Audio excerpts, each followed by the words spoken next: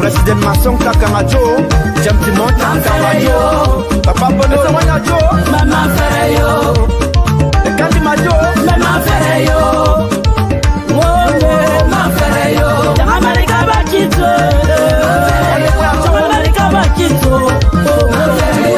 America Bakito, America Bakito, Mama Ferreyo, what's your mother's champion? Mama Ferreyo, Mama Ferreyo, Mama Ferreyo, America Bakito, Mama Ferreyo, Okoro champion, Vice President Fongwe Oru Armstrong Ajo, and I'm gonna be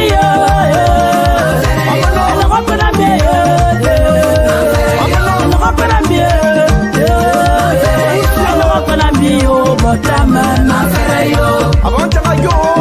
Mama Ferreyo, Mama Ferreyo, oh, Mama Ferreyo, oh, Mama Ferreyo,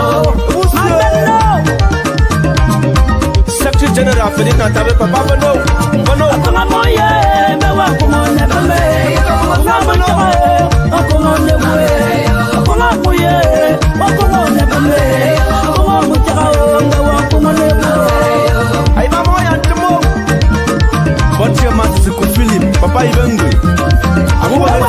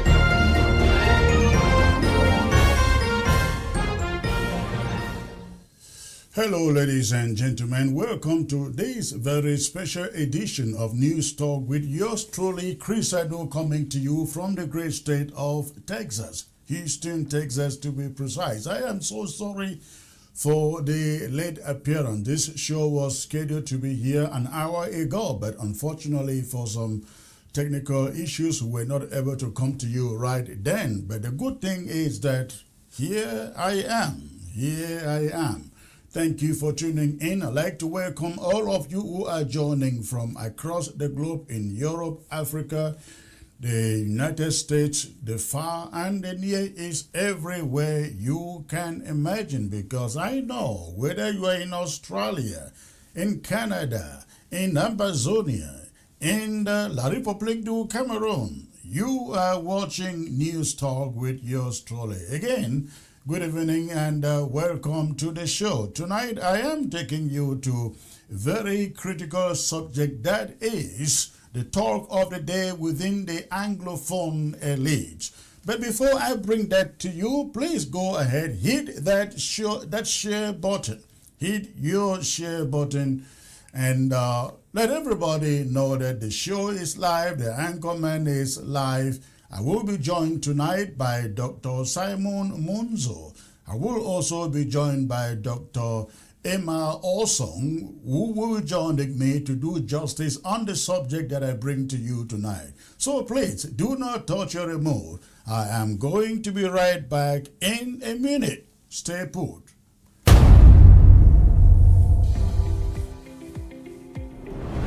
Don't be left behind. AI is changing everything. Are you ready? Learn AI with live instructors, not pre-recorded videos. Become a certified AI engineer. Position yourself for high-paying global opportunities. Get internationally accredited certification and real career support.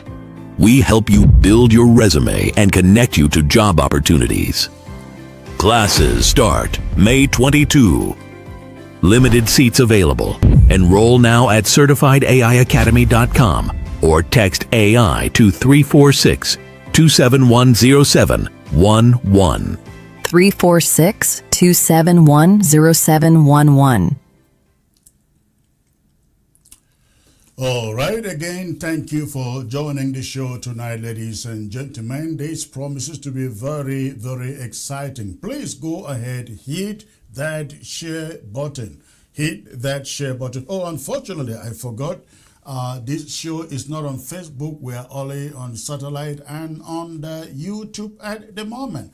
But if you are joining by YouTube, send out a link for those who do not realize we are live to join the show. Often we do not come live or do live shows on Saturday. This is a very special one. When you see me coming out on a Saturday to do a live show, that means it is important. So do me the favor, go ahead and share the link to those out there to join the show. Again, tonight, I will be taking you, we're going to be having a very spirited conversation on the subject of the All Anglophone Congress that is being talked about by the Anglophone elite. We're going to be defining the terminology. Who is an Anglophone elite? We will talk about it. But before I take you there, I'd like to bring this breaking news to you. Many of you have heard of Asa Patrick Ndango. Patrick Ndango was an Ambazonian prisoner of conscience who was arrested with orders, I think 10 orders, 2017, and locked up in Kondenge in La République du Cameroon. The arrest took place 2017. They were confined underground in Set, Yaoundé, later on transferred to Kondenge.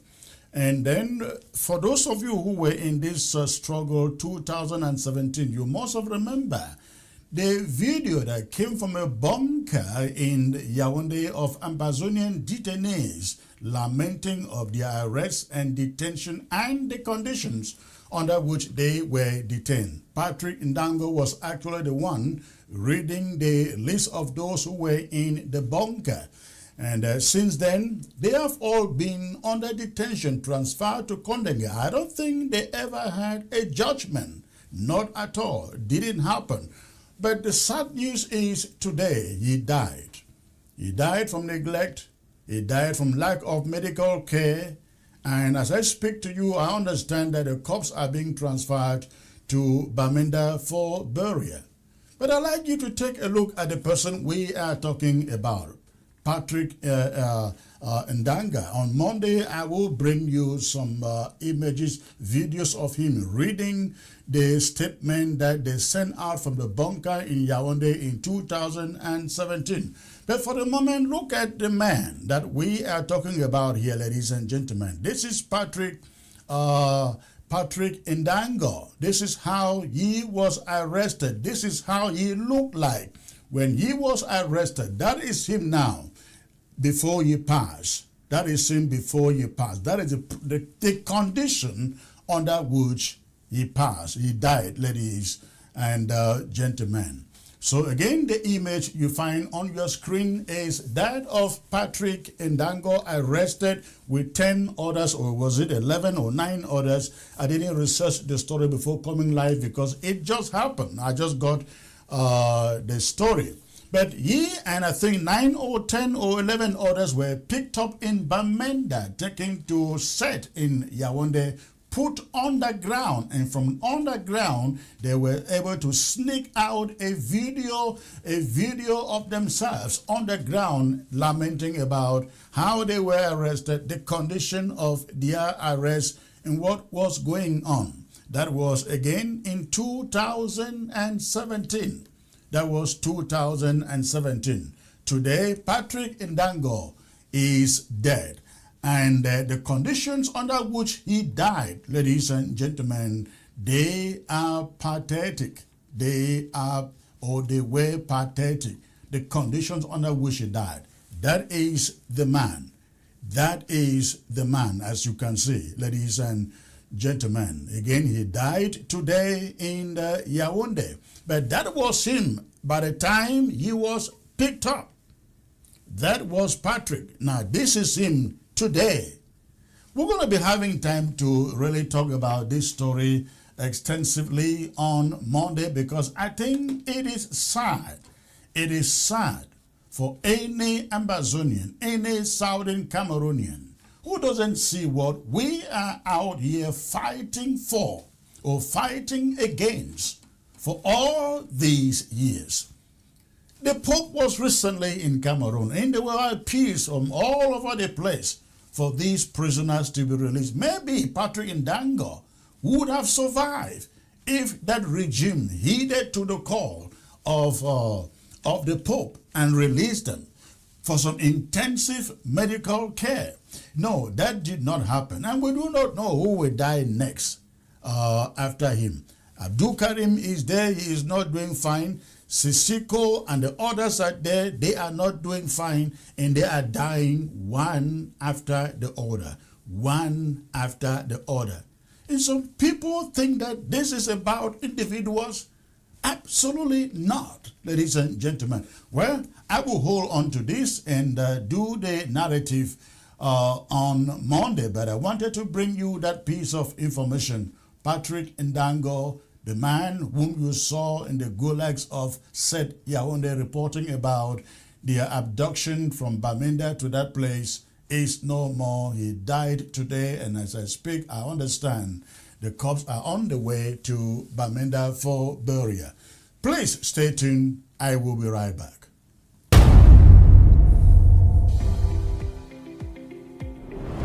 Don't be left behind. AI is changing everything. Are you ready? Learn AI with live instructors, not pre-recorded videos. Become a certified AI engineer. Position yourself for high-paying global opportunities.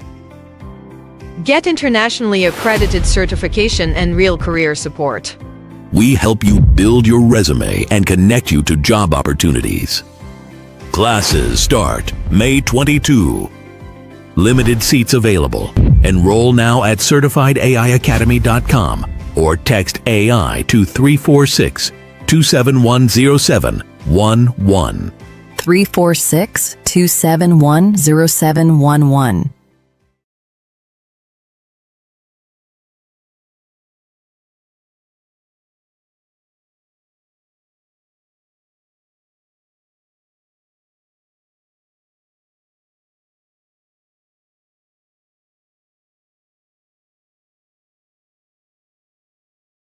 All right. Sorry about that. At this moment, I will take you to the main story of the day, talking about the All Anglophone Congress that we have heard over the months. Anglophone elites, and again, let me talk a little bit about who is an Anglophone elite, and let me go by the narrative coming from the Guardian Post. The Guardian Post in the Yaoundé. Ladies and gentlemen, I'd like you to look at this image on your screen. Possible members of Anglophone pressure group. Possible members of Anglophone pressure group. And then you also have the urgent need for Anglophone pressure group. That is coming from the Guardian Post. But what I am more interested with here is the headline.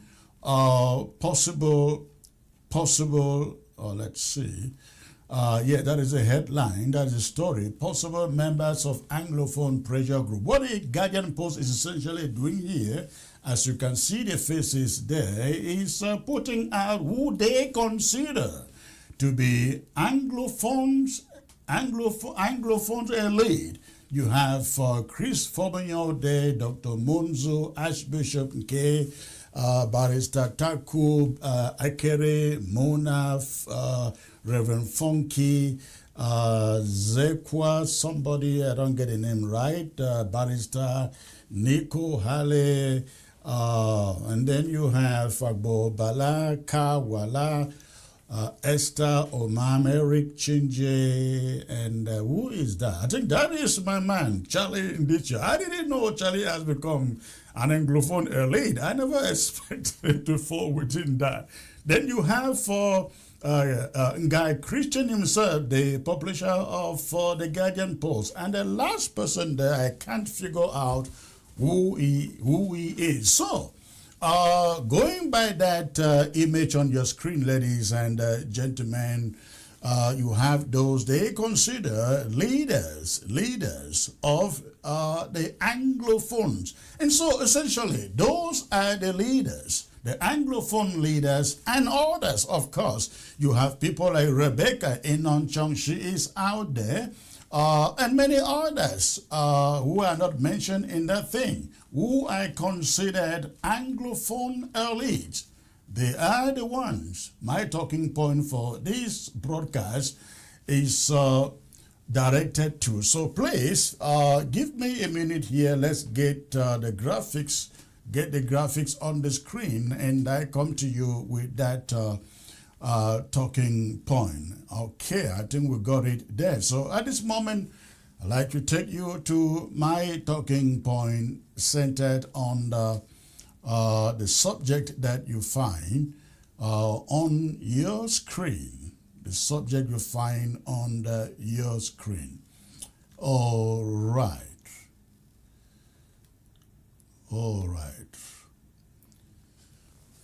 All right, ladies and gentlemen. Again, that is the subject of this talking point. And after my talking point, I'm going to bring you my guest who will do justice on the conversation on the subject. All right. For a people who have endured decades of political disappointment, one would imagine that by now, the message from Yaoundé would be unmistakably clear to the Anglophone elite, whom you find on your screen. One would think that after years of marginalization, neglect, broken promises, cosmetic reforms, and now nearly a decade of conflict, Southern Cameroonians who still believe in the Cameroon project would have paused and asked themselves a fundamental question. How many more rejections must we endure, or must they endure, before we finally accept the reality before us? But astonishingly, that realization still seems distant. Instead, with every new institution created in La République du Cameroon's Yaoundé, every constitutional adjustment, every reshuffling of appointments, Anglophone elites continue to wait, hoping they will somehow be included in the arrangement. Hoping that this time, perhaps, the regime will remember them. Hoping that accommodation will finally come. And when it does not come, they react with outrage, with disappointment and frustration, as though this outcome was unexpected. Look at what just happened. The post of vice president is inserted into the constitution, and immediately speculation emerges that the office will remain within the same political orbit surrounding President Paul Biya. Almost immediately, instantly, familiar Anglophone voices begin to protest. Akeremona raises concerns. Agobala speaks out. Dr. Munzu and others express frustration. Then comes the transformation of Enio. They used to call it Soner. Now Enio. Then it transforms into Sokadel. A board is appointed. Not a single Anglophone included. Again, outrage spreads across sections of the Anglophone elite. But here is the deeper question. What exactly are they still expecting? What is it about the conduct of Yaoundé over the last 10 years that still convinces some among the elite that fairness, balance, and equal partnership are eventually coming? This is the contradiction that defines the current Anglophone political class. On one hand, they openly acknowledge exclusion, marginalization, and systemic imbalance. On the other hand, they continue to believe that participation within the same structure will somehow produce different results. Even now, there are renewed discussions about what is being called an all-Anglophone Congress or conference. The stated objective is to gather Anglophones together to define their place within Cameroon and present a united position to Yaoundé, especially in light of possible Vatican-backed peace efforts. But again, one must ask, after everything that has happened, what exactly is still being negotiated? Will another conference suddenly produce what 10 years of war, pressure, international concern, and countless appeals have failed to produce? Will another Anglophone declaration finally persuade Yaoundé to fundamentally rethink the structure of the state? And even if concessions were made, talking about appointments, positions, symbolic gestures, how does that solve the deeper neglect facing the ordinary Southern Cameroonian? This is a question that must now confront the Anglophone elite honestly, because history has already provided the answer. Anglophones have held some of the highest offices in Cameroon before. There have been Anglophone prime ministers, and you can name close to a dozen of them, or half a dozen of them. Anglophones have presided over the National Assembly. Anglophones have managed major state corporations, the CDC, Sonora, Pamol. Anglophones have occupied strategic positions in government for decades. And yet, what fundamentally changed for the people? Zero. Did those appointments transform the roads? Did they industrialize the territory? Did they restore economic dignity? Did the appointments protect local identity and autonomy?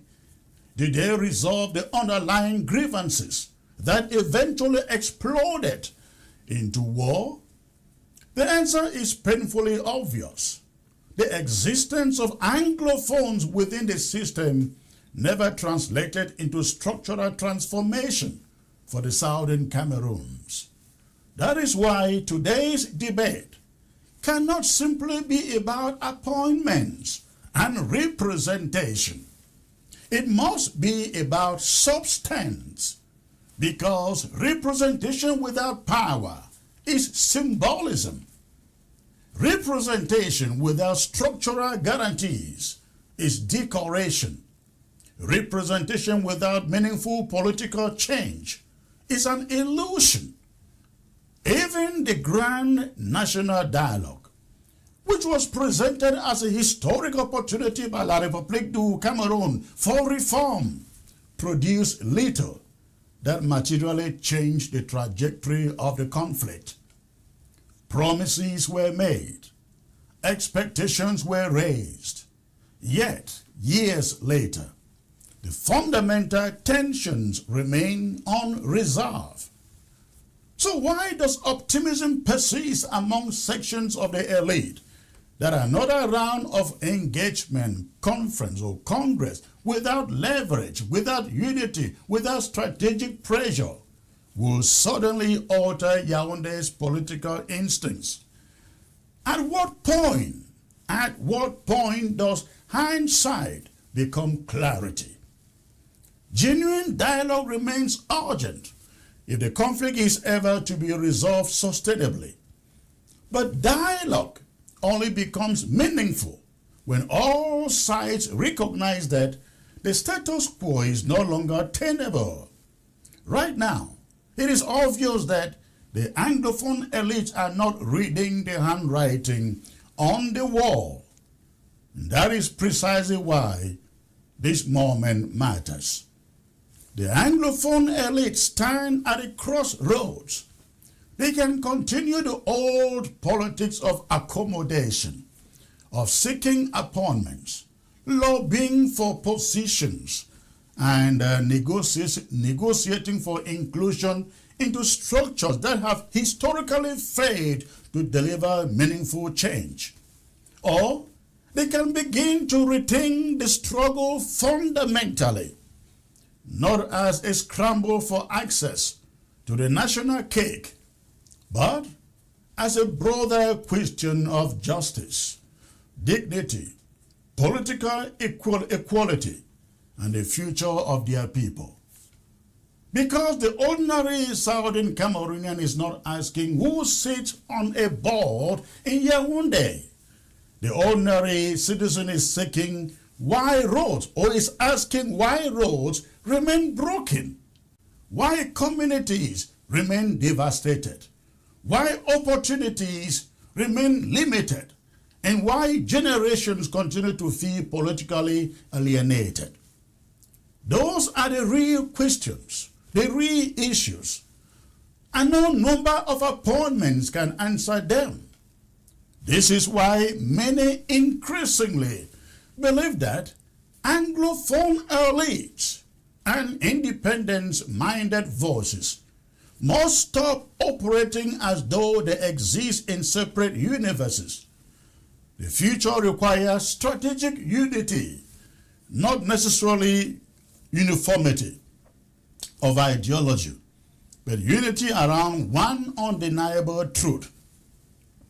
The Southern Cameroons question cannot continue to be managed through symbolism while the underlying political conflict remains unresolved. That reality is now impossible to ignore. The time has come for honesty. The time has come for clarity. And above all, the time has come for Anglophone elites to recognize that history has already tested the old approach and found it wanting. That is my talking point, ladies and gentlemen. All right, at this point, I will bring my guest to join the conversation. Again, I am being joined today from Maryland by Dr. Osong, who was with me only a few days ago, and also being joined by Dr. Monzo. Dr. Osong, a pleasure to have you back, ma'am.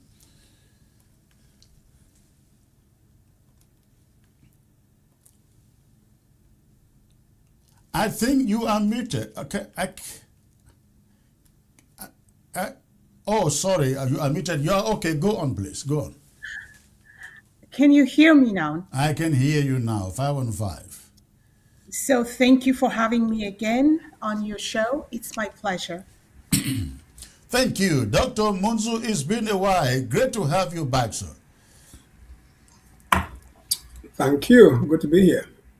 All right. I will start with you, Dr. Munzu, because I guess you happen to be one of the key figures trying to gather Anglophones, as they call it, together for an all Anglophone Congress or conference. I would like to us to approach this very surgically, so that we are educating the people and bringing understanding as per what you seek to achieve in an all Anglophone Congress or conference. Because 1993, 1994, you were very instrumental in the first two conferences called All Anglophone Conference in Biya and Bamenda. Decades later, we are still talking about Anglophone or All Anglophone Congress or Conference. In spite of the fact that other Southern Cameroonians realize they have no headway getting any extractions from La République du Cameroon in terms of reform, especially when it comes to form of state. What does the All Anglophone Congress seeks to achieve this time? Well, Chris, first of all, thank you for inviting me to this program today. Always glad to answer present to your invitations. I've had a number of them before, and each time I have showed up. As you said at the beginning, this program was to start at 3 p.m. If you like, the time where you are and where I am. I've been waiting in your studio for about the last hour and a half. I understand the circumstances that caused the delay in starting.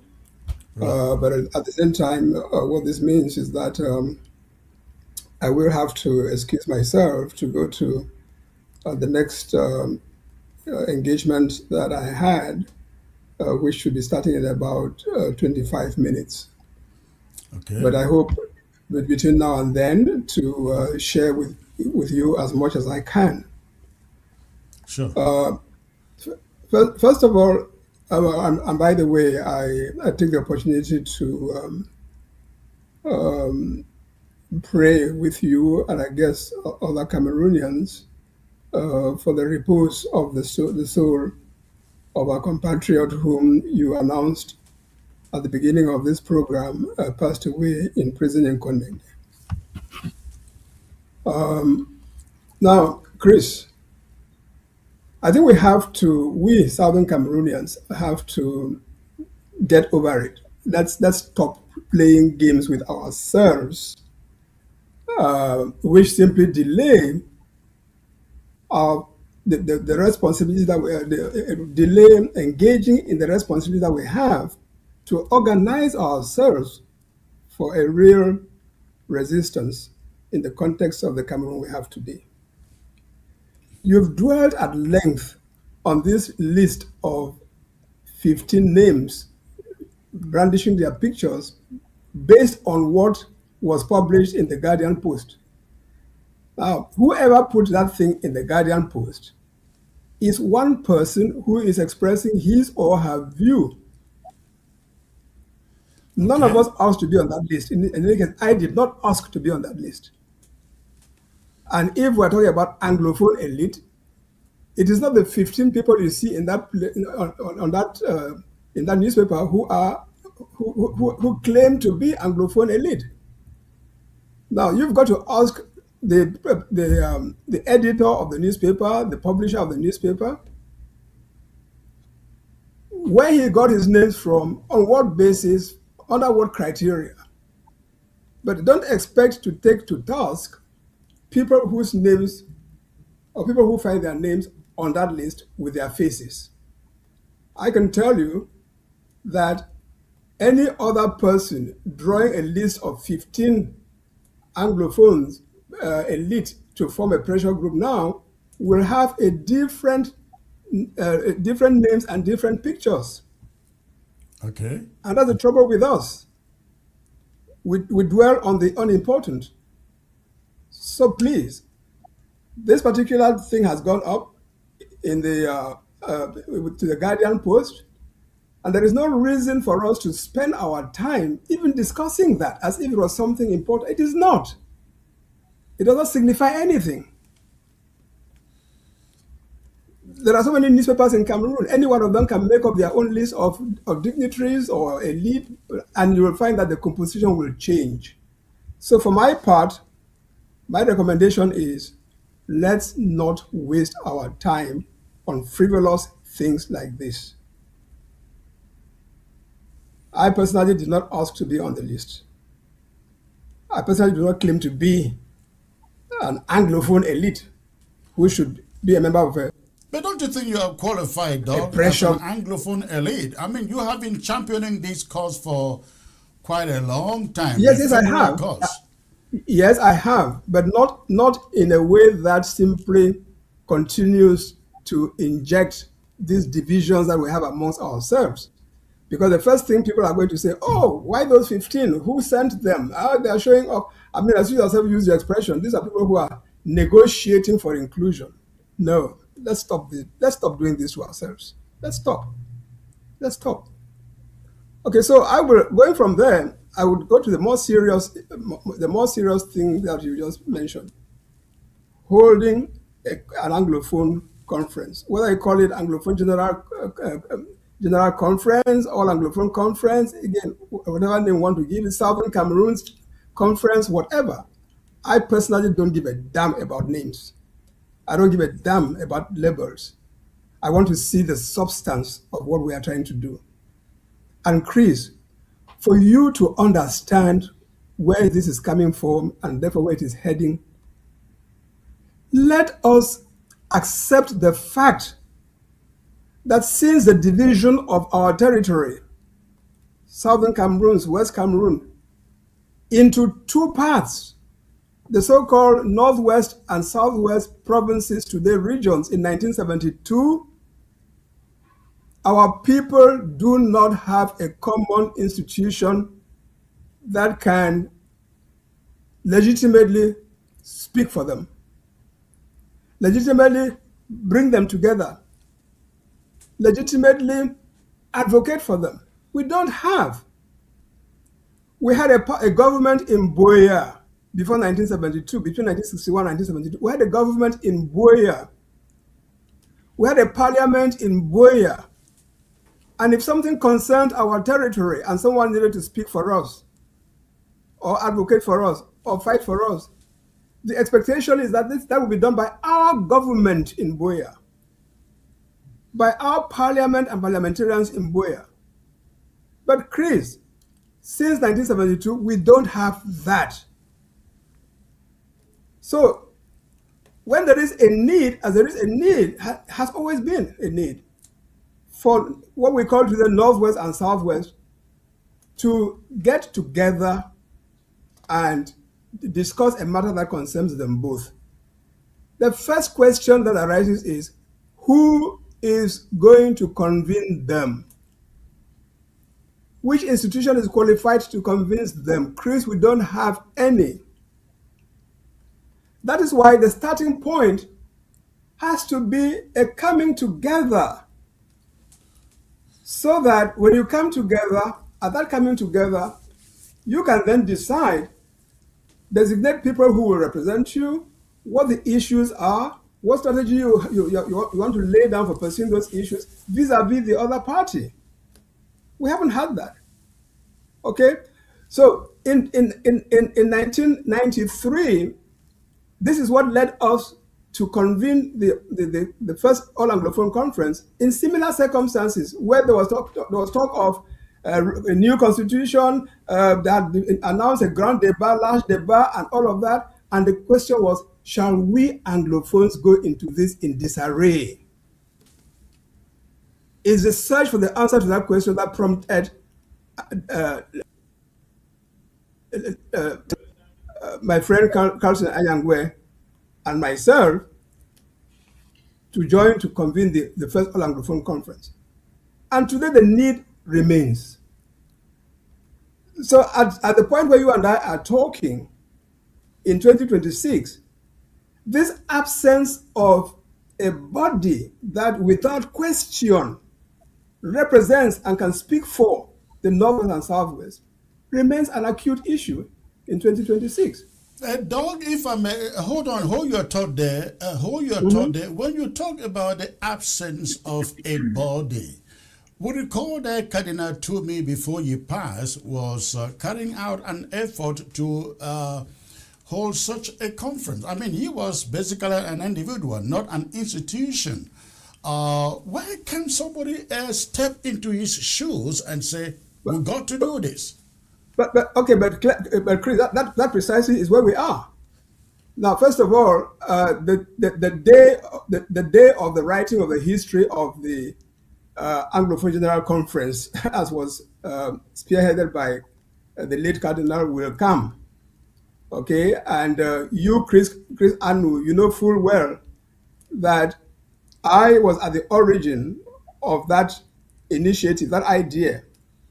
And when I roamed around and tried to look for people who would legitimately convene us, Anglophones, I went to our parliamentarians, drew a blank. I went to our traditional rulers, drew a blank. I turned to men of God. That's how Cardinal Toomey, the moderator of the PCC, the two imams, one of the Bamenda Mosque and the other of the Biya Mosque, finally agreed to be conveners, and the idea took off from there. So we have that problem now. So and therefore, yes, someone has to initiate it. Someone has to throw in the idea. But once someone has thrown in the idea, it cannot be left to that person. But those very people are still there, with the exception of Cardinal Toomey. Why can't you work with them? But that's the question. Why you shouldn't ask me why can't I work? To begin with, I have not, Chris. I have not convened, and let this be very clear. I have not convened a conference of Anglophones, whether called All Anglophone Conference, Anglophone General Conference, or whatever.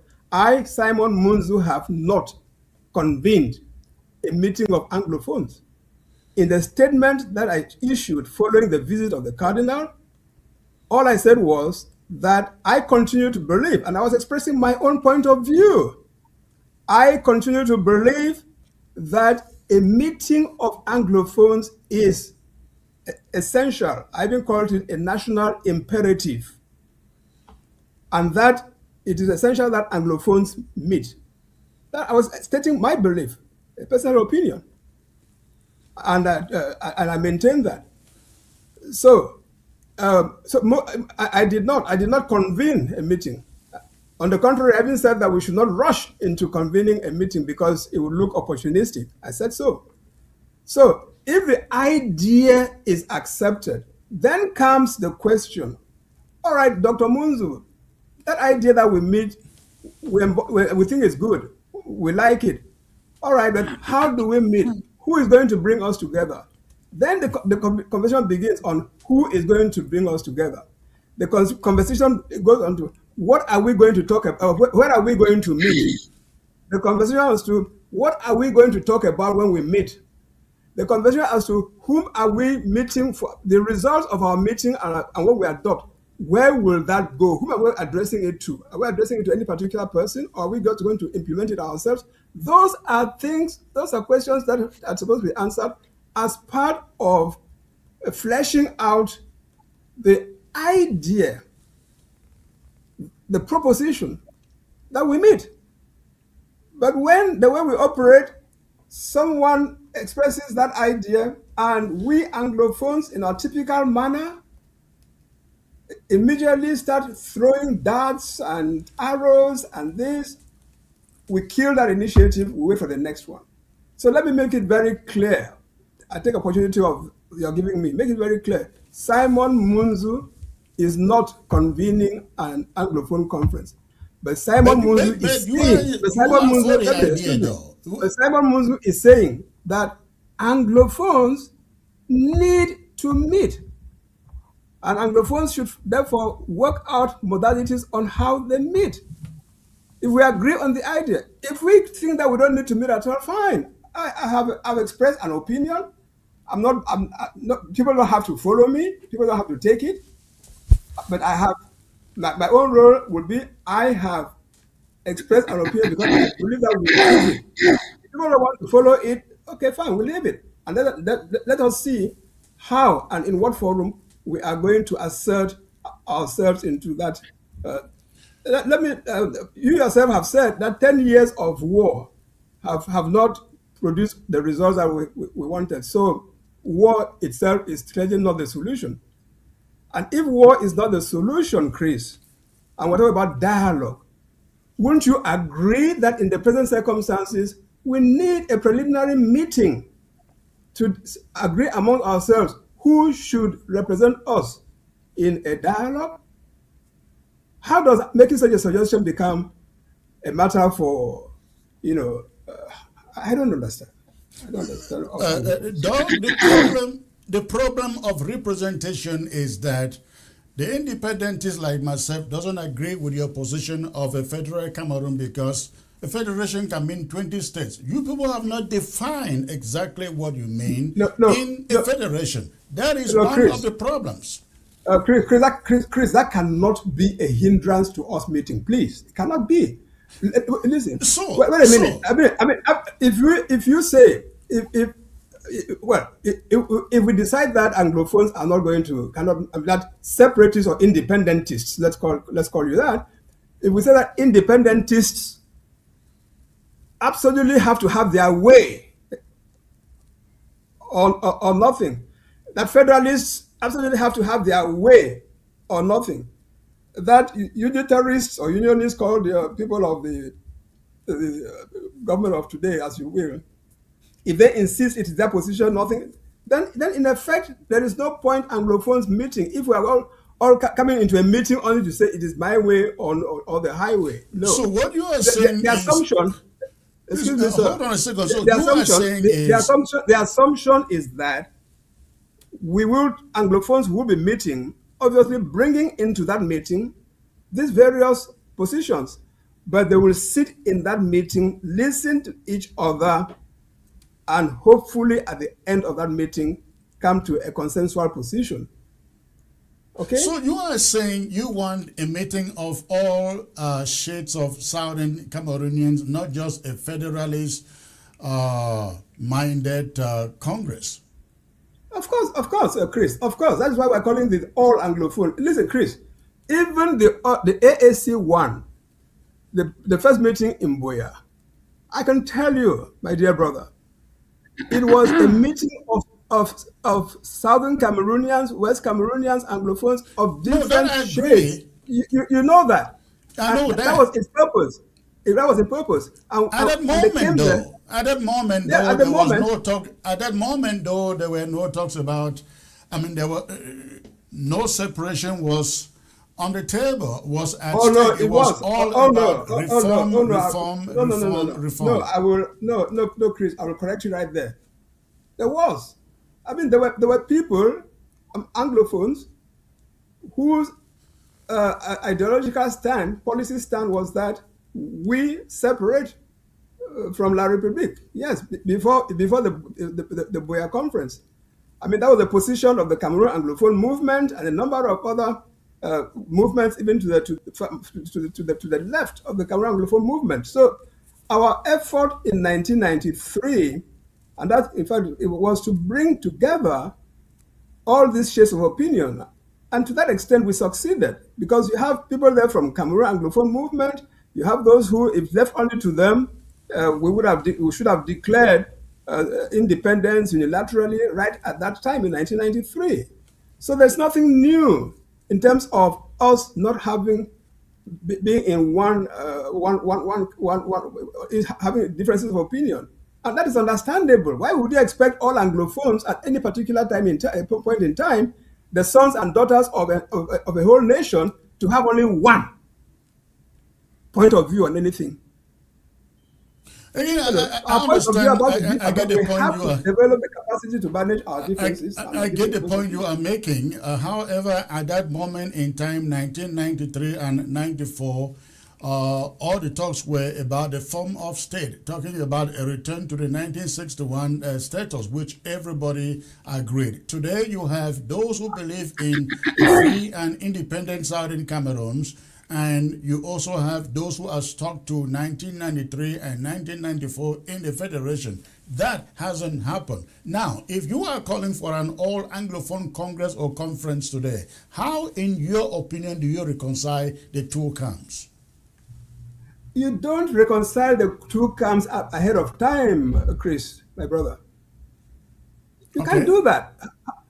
The purpose of calling them together precisely is that they should talk. They should relate to each other. For example, okay, you guys, the separatists, independentists, you base your position on your reading of how the decolonization process was conducted, your reading on how the way that we have been Anglophones have been treated in the dispensation up to this point, etc., etc. Now you go through that and you arrive at a conclusion. I also looking at that same decolonization process, I follow it step by step, and it leads me to the conclusion that the Southern Cameroons was effectively decolonized as intended by the United Nations. Okay? Now, so you and I enter into a room where all Anglophones by representation are meeting. You come in there, Chris, with your understanding of decolonization. I come with mine. But after I listen to you and you listen to me, you might pick something from me that you overlooked before, or vice versa. That's how it should be. What has been bothering us this past 10 years is the fact that independentists say they are not engaging with anybody. No. Come on! If you are mellowing now, that is the most No, welcome. it's not about mellowing, Doug. It's the fact that federalists say they want a federal state, but what kind of federation? You have never defined it. You don't expect us to come talking collaboration when we don't know what you want. No. Okay. All right. Let me be clear with you then, because again, we federalists have been careful not to preempt things. That doesn't mean that we don't have clarity about what we want, what we propose. We are in 2026, Chris. If we're discussing federalism in 2026, it is possible that you approach it not from the same framework as federalism was approached in 1961. The Cameroon Federation of 1961, in the nature of things, was born of the coming together of an existing colonial country called British Southern Cameroons, and an existing colonial country called French Cameroon. Now, when those two decided to come together, they chose to do so on the basis of a federation of the two of them. So by nature, it had to be a federation of two states. So if in 2026, you and I look only at that aspect of two territories that came together, then we would say, let's return to the 2026 federation of two states. Okay?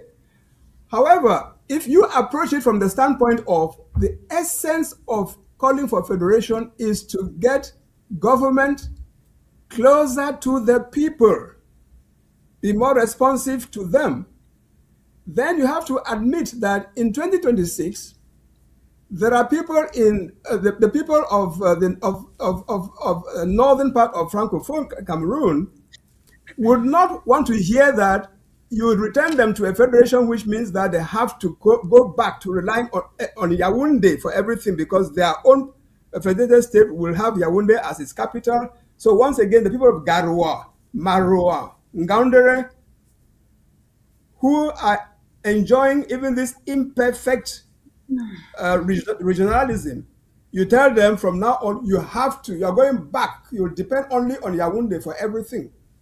You should expect pushback, Chris. You should expect, that is where I think and therefore that opens up the question of, okay, can we have a federation of more than 2 states in order to cater for these other aspirations as well? And that is a matter for discussion. Don't expect us to come. I get your point. To come and say, I think right now you are trying to define what kind of federation you would be looking for if one were to come. Exactly. But then, Doug, you mentioned the coming together in 1961, the divisions between the West and the East. The two came together because of the peculiarities, the different heritage, the French and the English. And if you look at the picture today, you agree with me, nothing has changed. If you are looking for a federation just so to take administration closer to the people, the current system can do that, but then it puts aside the peculiarities that exist between Ambazonia, the Southern Cameroons, or Anglophones as some call it, to French Cameroon. Our culture is still wiped away. What we are asking for is, we want what we had back in 1961 so we can determine what kind of education our children get, so we can determine what kind of laws our lawyers practice in the courts. If you just create another federation without taking this into consideration, it is more of assimilation than a federation. No, Chris. In fact, and that's why I'm hoping really that someday we have a meeting of all Anglophones to discuss. No, you see, writing a constitution, or for that matter, designing the form its own sake, you do that to address issues that arise in your society, in your country, in your nation, that require to be addressed through institutional reform and so on. So on this particular aspect that you are raising, yes, you are right to raise that aspect. Because if you have a federation of 10 states corresponding to, let us say, today's 10 regions, the question that arises is, okay, how in that arrangement do the 2 Anglophone regions ensure that they continue to work together on matters of common heritage? And these are typically, as at today, the educational system, the justice system, and if you search, you might find other things where we are distinctly different from the Francophones. Now, you can, and I'm thinking aloud here. I'm thinking aloud in the spirit of discussion. You can, in that sense, in that case, after establishing that each of today's regions will constitute a federated state, you then say in the Constitution that on matters of common interest, any 2 or more states may collaborate to adopt a common program, a common agenda, a common plan of action, and so on. Now, what would that mean in practical terms in the context of our country? If you take, for example, the area of justice, where the Northwest and Southwest have their distinct system of justice based on the common law, under the Constitution, they would be empowered to set up common institutions to protect and implement the common law. Okay. There is a problem there. I'm sorry. There is just hold on a second. There is a problem there because we keep on hoping that if we just have some constitutional changes, a lot of people will do things the right way. They had their grand national dialogue 2019 and promised more power to the people, administration to the people, created so-called regional councils, created this and that here. Up to today, you and I do not see what regional councils are doing. There has been no change. Why do you keep putting faith in a regime that has not done anything right? And again, hold on a second. The question is, these are things that we have discussed from 1993 up to today. A lot of the public has refused to listen to us. Why do you cling to these things? Because I was thinking a lot of people to Cameroon will easily choose between federalists and separatists like us and say, you know what, the lesser evil are the federalists, let's go with them, let's listen to them. They have not. 10 years after, you keep proposing the same thing, they refuse to listen. Why can some of you not say, you know what, let's tell the Republic of Cameroon it is time to ask for the whole meat, the whole thing, a free and independent Southern Cameroons? No, Chris, you may remember that I used to be in the CPDM, and I even held national office in the CPDM as the National Secretary for Economic and Social Affairs of the Central Committee of the CPDM. And it was, in fact, while still in that position, that at the tripartite conference of 1992, I took this position of asserting and defending the interests of Southern Cameroons within Cameroon. So I bring that up to say that I wouldn't make I make a distinction. I make a distinction between a regime and a people. The Biya regime has had as its only concern the maintenance of power, okay, conservation of power. And they have driven by that alone, every act of theirs, whether in relation to issues concerning the former Southern Cameroons or issues concerning their own part of the territory, they've had only one concern. We want to survive. We want our regime to survive. So, and that is what has progressively taken us to what is an autocracy today.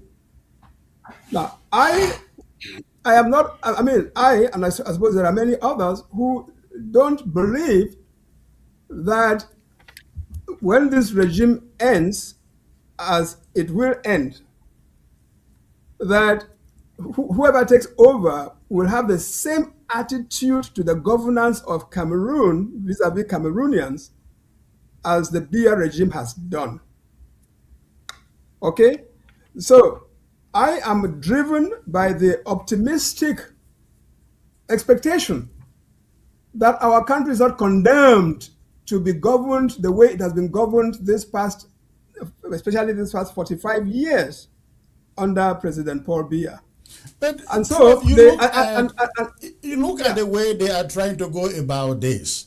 Either appoint Ngongo or Frank Biya to take over from Biya.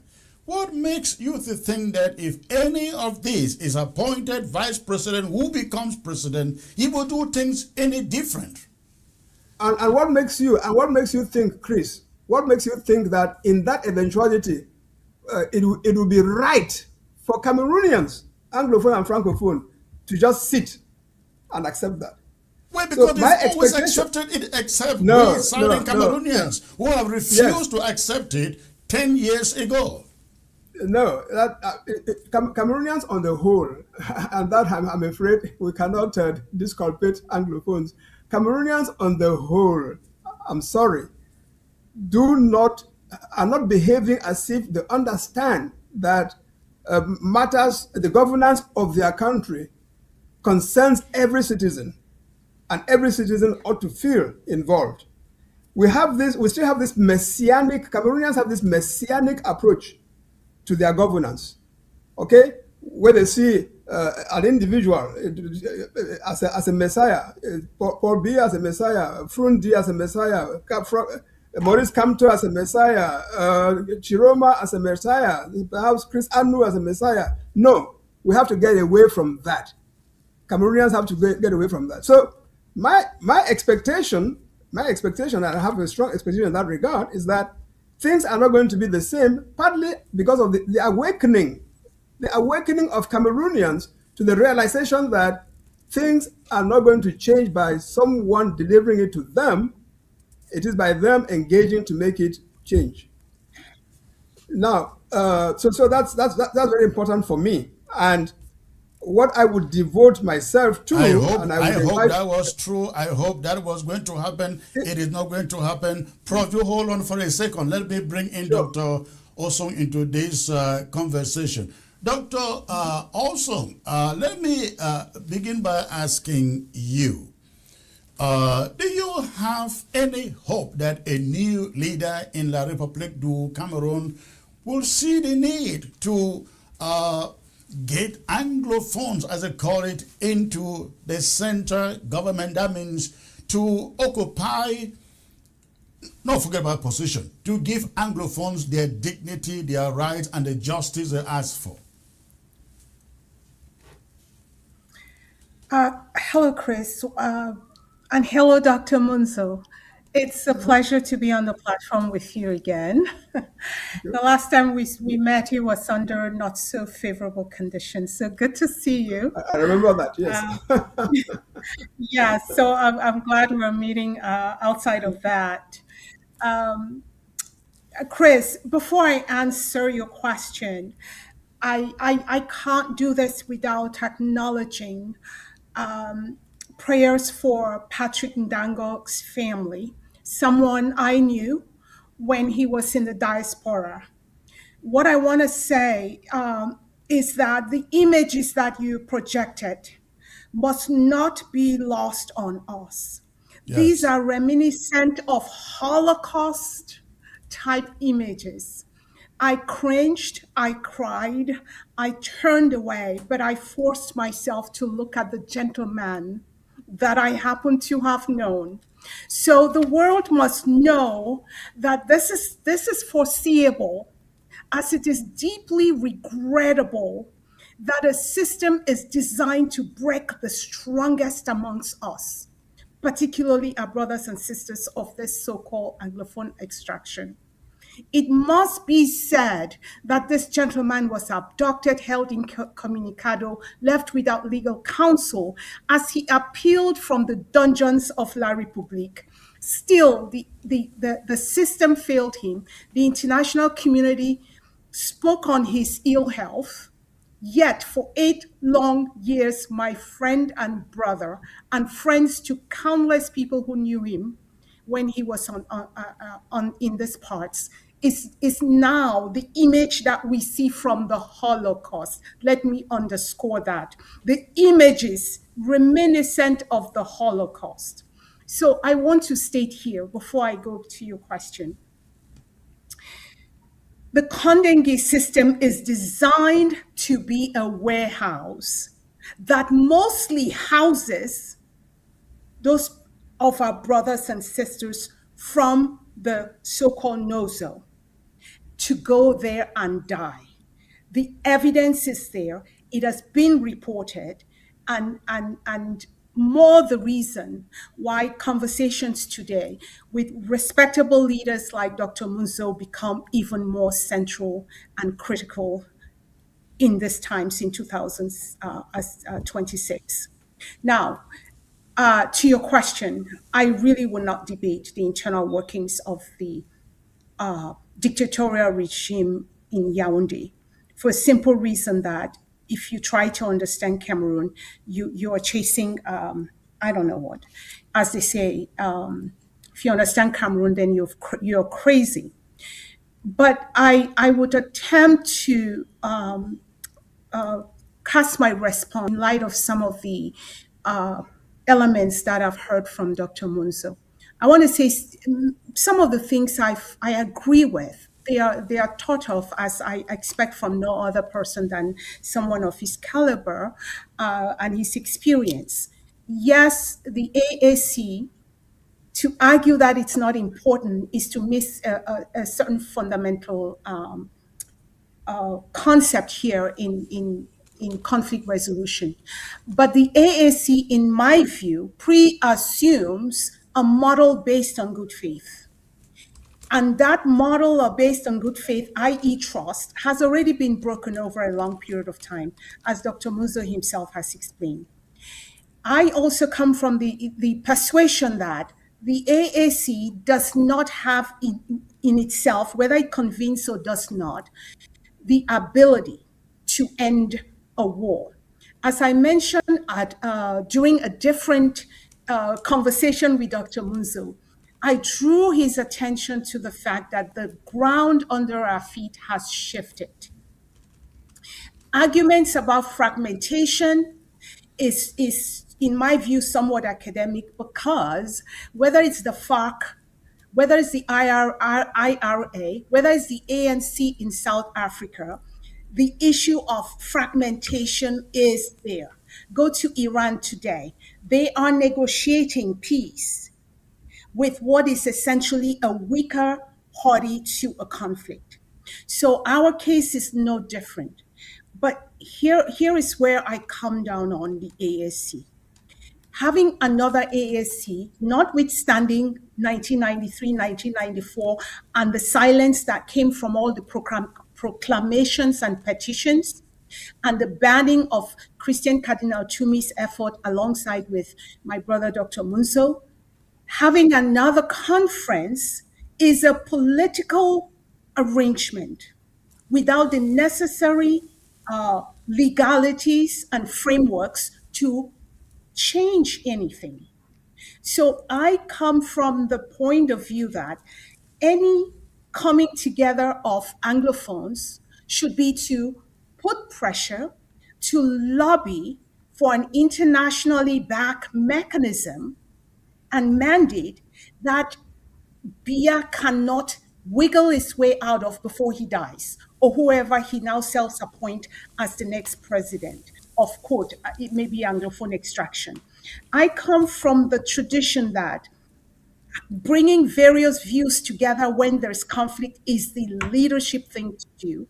However, when we talk about various positions, including whether it's Boko Haram, the people in the Yaoundé area or East, obfuscates the problem. We are in a war situation. It is no longer a civil society movement calling for constitutional revisions, a return to the co-equal state. No, we have crossed that bridge. During peacetime, that framework worked. We have moved past it, and unless someone is telling me now or in the future that to define the problem currently in Southern Cameroon is to not talk about the war, then maybe I'm mistaken. Because if we ask the question, please define what is the issue, what are the issues? You cannot talk about marginalization without truthfully saying the issue is armed conflict in that particular area. So I say that to have a discussion about who is the next president of the or vice president or constitutional amendment is to use all frameworks for new problems. The AAC 1 and AAC 2 and all the other permutations have not solved the problem. In fact, they have been ignored. Now, if we take that again, the ground under our feet has shifted. Unless we are denying that, then the arguments moving forward are, can we still use those old calabashes for new wine? Dr. Monzo. Yeah, well, I mean, first of all, Chris, let me say, I did indicate that I would be spending less than an hour, but this is becoming quite interesting. So I may stay longer and just send a message to, all right, that is great, to the people of my next engagement to kind of wait or we postpone that one, because this is becoming interesting. You know, right. this is exactly, Doc. Dr. Ozong, this is exactly what one is asking for. You and I are having this discussion. This is the way that we ought to be having a discussion if Anglophones of all these shades of opinion were to meet. And that's all that one is calling for. So yes, you talk of, I personally don't, I have never dwelled on the fragmentation, and fragmentation, heaven knows fragmentation there is, but I've never dwelt on the fragmentation of the independentists, because as you say, it's not an abnormal thing. It's normal for a movement to be in fragments, provided that the fragments don't lose sight of, they keep their eye on the ball. But you can have, all of you can be pursuing the same objective and believe in differences in tactics or personalities and all of that, leading to fragmentation. So that is, for me, that's natural. I would never fault independentists for all their fragments, because they do have so many fragments. Oh my God! But yeah, but now to the main thing. Even before you lobby for international body backed negotiations, you are lobbying for the international community to back your negotiations with the other party, right? So, but you don't wait until the day of, until that international community is willing to engage before you meet amongst yourselves. It is when you meet amongst yourselves, examine the situation, that you come to the determination that international mediation would be important. That is a common understanding amongst you, based on your conversation that you're having amongst yourself. You then decide how you proceed to obtain and secure that international negotiation, that international mediation. So, Dr. Munzo, I agree with you wholeheartedly. A conversation in the House strengthens and reinforces a collective position. But you are, in my view, assuming a lot in here. This conference will be operating under the patronage of a dictatorial regime. It will be operating only if they give you permission. From an appointed governor down to a mayor who serves at the pleasure of someone in Etudi or someone below him who doesn't have the title of a president but acts as one, perhaps the wife, who knows. I need to put some levity in here. So what I am arguing here is not the convening of the meeting inside the House. What I am saying is a recognition from whoever would convene, and I hope you're there, because your legacy speaks volumes and you bring so much to the table, is rather that this model assumes good faith from a system that has led our children and us, you, myself, and our host here, down for more than 30 years, going back to your inception of AAC1, and to our fathers going back to the co-equal states that came into this union. What guarantees does Dr. Munzo offer to the population that says, yes, we can have a meeting in Biya or at Bongo Square, and oh, by the way, I guarantee you it will be mostly filled with the elites, because for the system as it stands today to give you permission, it will be stage managed. There will be surveillance. So anybody who comes to on TV and says this idea is wrong has not one day dabbled in conflict resolution. We can agree, because even our mothers taught us that, our parents taught us that the house is stronger once it stands together. And we can never use the issue, as you rightly say, of fragmentation as a dissuading factor, because we have many examples in worse wars around the world that are even more fragmented that have ended up on the negotiation table. What I'm arguing, Dr. Munso, is when does a domestic issue becomes one for international concern? I argue that when the international humanitarian law has been broken, as in the killing of civilians, when the federation, even if we go back again to our history, when this federation was abolished, that was a matter of international law. When our mothers in the villages in Mafia and Upper Bayang were forced into Nigeria, a states party to the ICC, that is no longer an internal matter. When Patrick Ndango dies like he was in Auschwitz, I hope to God the entire world shows up and make the regime pay for this man's losing his life without his day in court. And I will stick my neck out for this if I have to. So, Dr. Munzo, my argument is not against a family, a people. Look at him. Jesus, we need to pause for a moment here. When I look at this, I stop being able to talk. I'm sorry.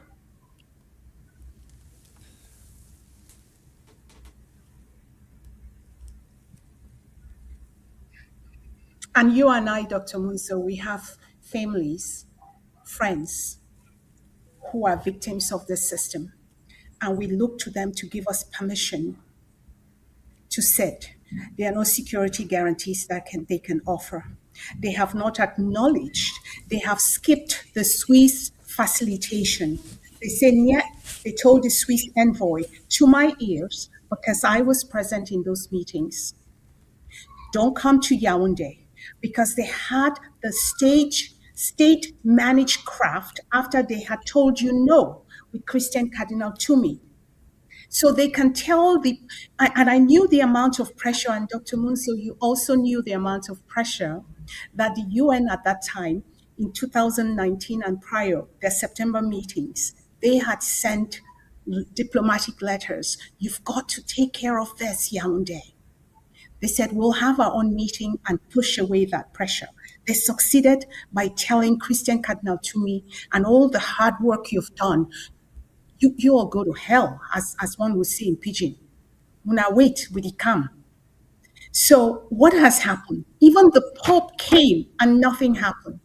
So our argument for those of us with a slight different perspective is that, yes, meeting is great. We need to consolidate positions. But I give the example of Iran today as I glanced at my TV and saw that they are entering, or at least contemplating, a one-page negotiation agreement, terms of negotiating. But the bombs are still flying over the Middle East. And there are also fragmentation in the global bilateral system. So in Cameroon, we have pushed the issue to force ourselves to believe that we are dealing with an internal crisis, totally whitewashing the fact that it ceased to be an internal crisis and requires the heavy lifting of partners to ensure that the person, he who has the power, does not just roll over everybody else as they're rolling over our brothers and sending them to an early grave. So I want to argue that whoever will sit around this table, first, it may not be the mothers who are caught in the crossfire. It will not be our children who have lost a generation of education. It will not be the boys in the bushes who now have arms, because the ground and the structures are not in place. Someone has to guarantee that. So, And Dr. that's where Monzo, if you can, has to be in place. Dr. Monzo, if you can respond to Emma, where do you perceive this meeting takes place, considering that you hold it in Cameroon, they're going to dictate to you the outcome? Where do you see it taking place? Well, Chris, I will back up a little and say this. The we are in a situation where the government of the day, the Biya regime, is insensitive to appeals and all of that. Yeah, we agree. They've always been like that. But we are also, and then to pick up on what Emma, my sister, Dr. Olson said, idea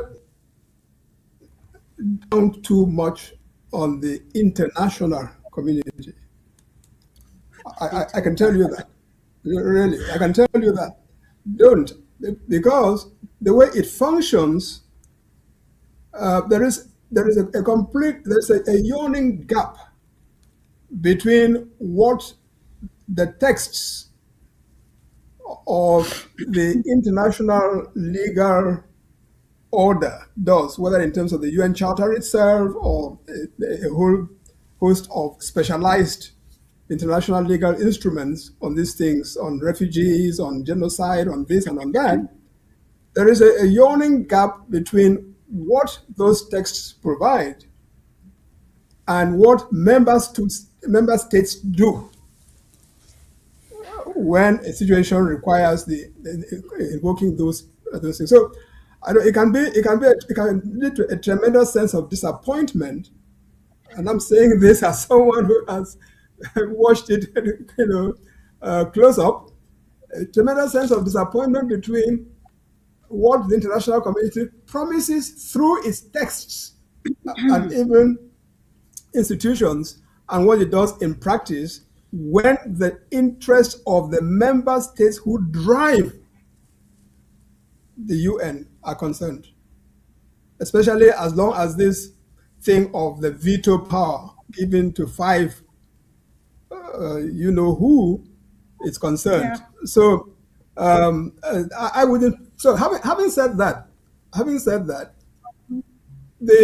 in our situation in Cameroon, the responsibility falls on us, the people, and we have the responsibility with the communicant, with the elite who know how to manipulate, propaganda and information tools like Chris and others.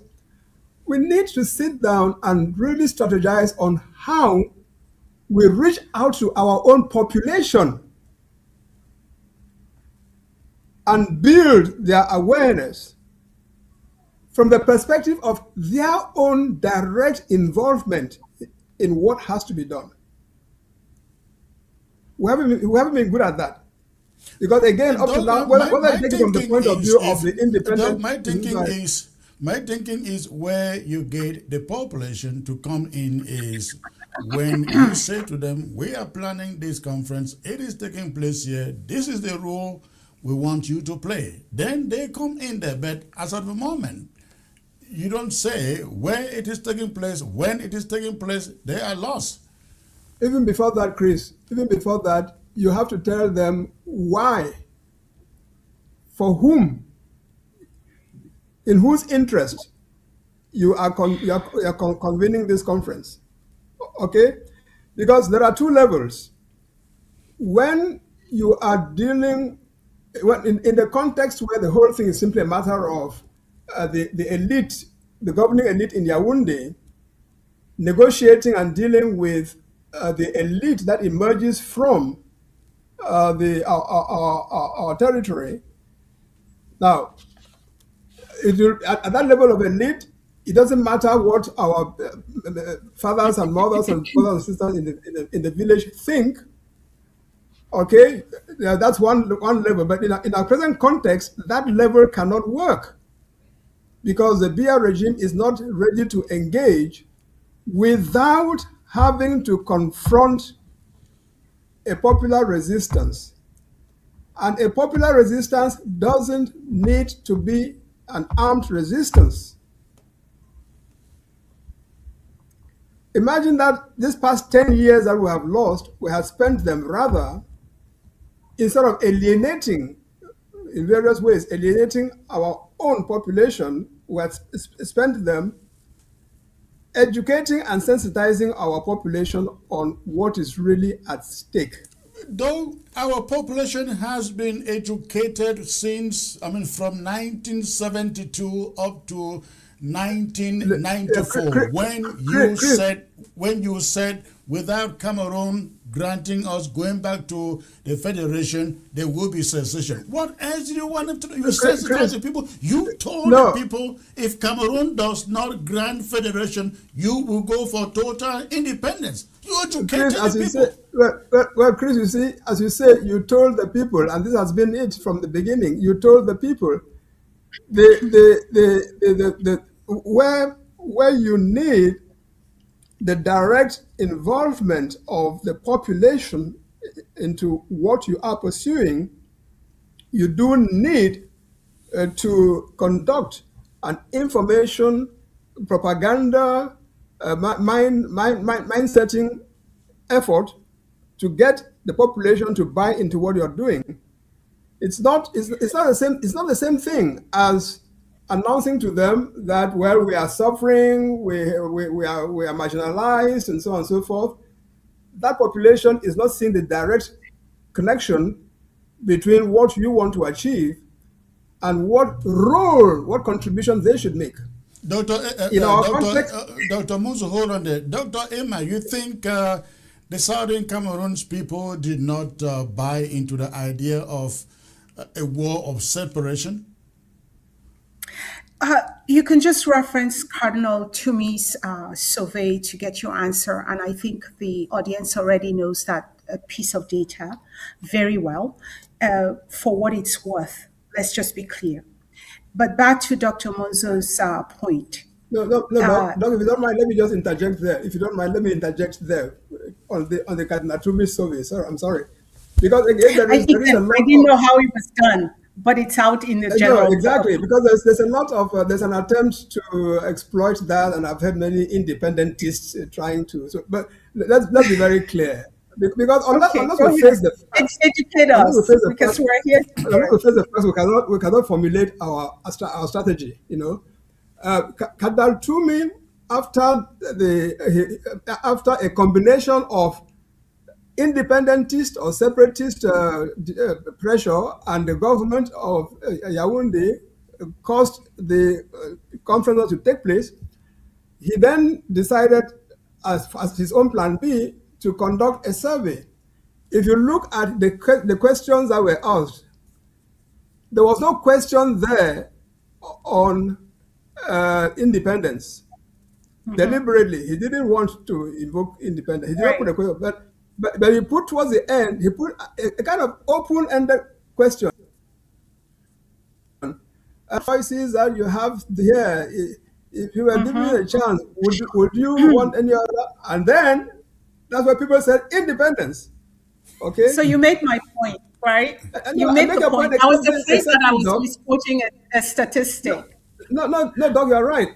You are right to the point that you say, because it is a fact. It is a fact that on Cardinal Tumi's figures, and based on the people who actually responded to his questionnaire, that conclusion was there. He did not hide it. But here is the thing. If you were to ask the same people, if you had asked the question had been, would you want independence by war? The element of by war was not introduced. Nobody will ask that question, Dr. Muzo. I have to say this. The people of Southern Cameroons did not declare war. Patrick Ndango, Mancho Bibixi held peace plans. The first person who was gunned down by gunship helicopters, they poured out on the streets demanding what has been referred to as issues of marginalization. Dr. Munzo, with the deepest respect, this war was brought on the people. They are being asked to capitulate to a grander idea, right, that does not accept at the minimum the basic premise that the ground under our feet, I'll repeat again, has shifted. What I've heard you say, Dr. Munzo, is that in the past 10 years, efforts should have been made rather on educating and mindset shifting.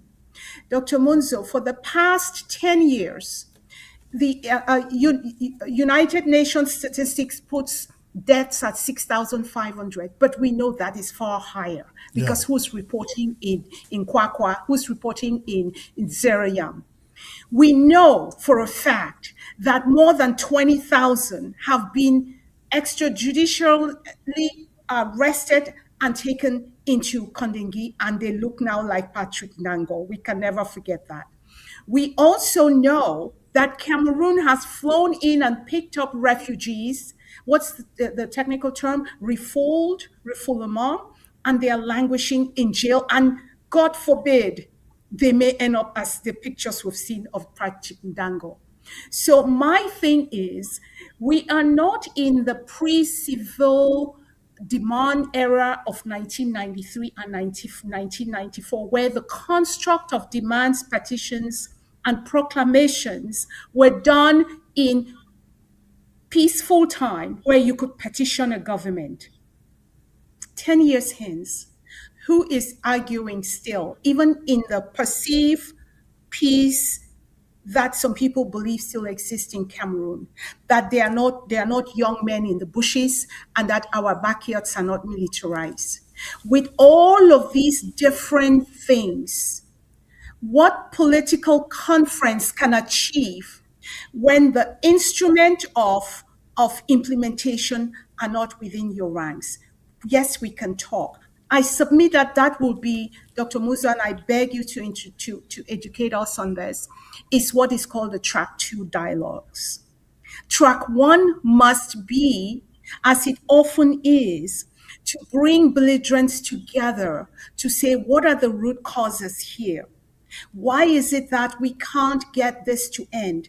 And oh, by the way, I continue to push that for your voice, as powerful as it is to say the government must accept, and we must look for, yes, we are idealistic, for international partners who would offer the mandate that Biya cannot say no to. Because we know he said no to Canada. I know firsthand he did, and how he did it. It was stage managed to come out with that particular outcome of, no, we never asked Canada to do anything. So, Dr. Munzo, I think my argument, one of the reasons Chris asked me if I could make some time here with you, I first wanted to say no. My Oh, instinct was, you see that, Chris? You see that, Chris? So he told you that was coming on. He didn't tell me that you were coming on. You see, Chris? no, You see how he told me? I told him I couldn't do Nothing was it. It is landing above there. my pay grade. I literally, I contemplated long and hard, but I But he wanted couldn't to. have had. No, Chris couldn't have had a I better didn't choice. want us Actually, to have a one-way discussion, Doctor. no, but I wanted. you couldn't have. Chris, you couldn't have had a better choice than Emma, my sister. I am glad you love the choice. You couldn't have. I, Because you I see, wanted to come and make an appeal for your wonderful platform, for the places you've been to, the experience you bring, the recognition you have. You are being opted to be on the front page news for conferences to come that you never lended your voice to, and now you're flashed all over. It tells me one thing, that as one of our brothers, Yaoundé has the possibility to still hear you, irrespective of the threats that some levied on you. But that's the question of the fog of war. When bad things happen, bad people come out to play. So my appeal is not to make the best debate against Dr. Munzo. I cannot. I struggled last night to bring my state of mind to one that sat here for the last 2 hours, to say that the AAC has its place. The little I have come to understand in my travels, whether it's at the UN or the ICC, is to say that these are track 2 discussions. They are important. But where do we get from there, and where do we go from there? They require that these atrocities, these war crimes, be transitional justice, must be something we think about. Who can do that for us? The government has not shown good faith. Therefore, your Dr. voice. Muzukan, important. If Dr. Monzu can give us an insight into how you think they can summon this all Anglophone Congress, because again, I had a discussion on this show with Dr. John Dr. Ako John Ako, and he was with the idea that it takes place in the diaspora. But the question becomes, if the diaspora, if those at home must be involved, as Dr. Monzu suggests, how do they get to the diaspora and get back home? Well, well, to both of you, I would say that I'm 76, waiting to be 77 in October, right? You look very young for your age. So I could at this point say, I don't try my own for the past 30 years. Now wait, I wish you don't mean I sleep fine before I wait for my own day, right? Now the reason why I remain engaged, I would not allow you to do that. Yeah, the reason I remain engaged even to the point of accepting insults left, right, and center, it's that I believe very strongly that the responsibility for changing this situation falls on us. But for that to happen, we also need to create the atmosphere for consultation amongst ourselves, regardless of the specific ideology. Because we all know what the problem is, what we're up against. So even for the international community that I was talking about, I wasn't suggesting for one moment that there isn't any instance or situation or circumstance in which you could harness international support. But when you're going towards the international community in search of support, precisely because you're going to meet them, you try to make sure that your own behavior, is not such as to give ammunition to your opponent, let alone even the person you're going to meet. To say, but you said that these people did this. What do you mean by that, Dr. Monzu? I don't understand giving ammunition to. What do you mean by that? By that I mean, for instance, that if the main basis for you approaching someone, an international community actor, with a request to support, it is to end the atrocities that are being committed, then you mustn't allow that same international community actor to say to you that, wait a minute, you are asking me to support you to end these atrocities, and yet it is on record that you yourself committed atrocities of the same kind. Is what I'm saying. Now, so what responsibility does La Republique bear?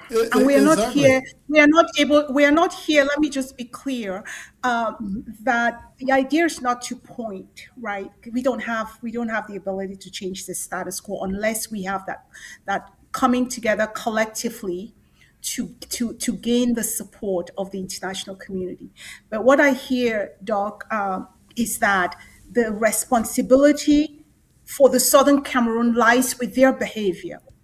But the behavior, what is the behavior of war? It's belligerency. And he who has the gun pointing at them will defend their loved ones. We must agree that. Again, right in front of us in as we speak, you have a belligerent United States, a belligerent Israel, a belligerent Iran. And then the question is, whose behavior should you seek to moderate as Pakistan sought to insert itself as the negotiator or the facilitator? It's both sides, right? I have complete fear sometimes for everybody in our backyards because everybody is subject to be a victim, some more than others. You are a clear example here that we ought to, on our side, be more understanding and to some extent not exacerbate the problems of our own brothers and sisters. But it is a state of war.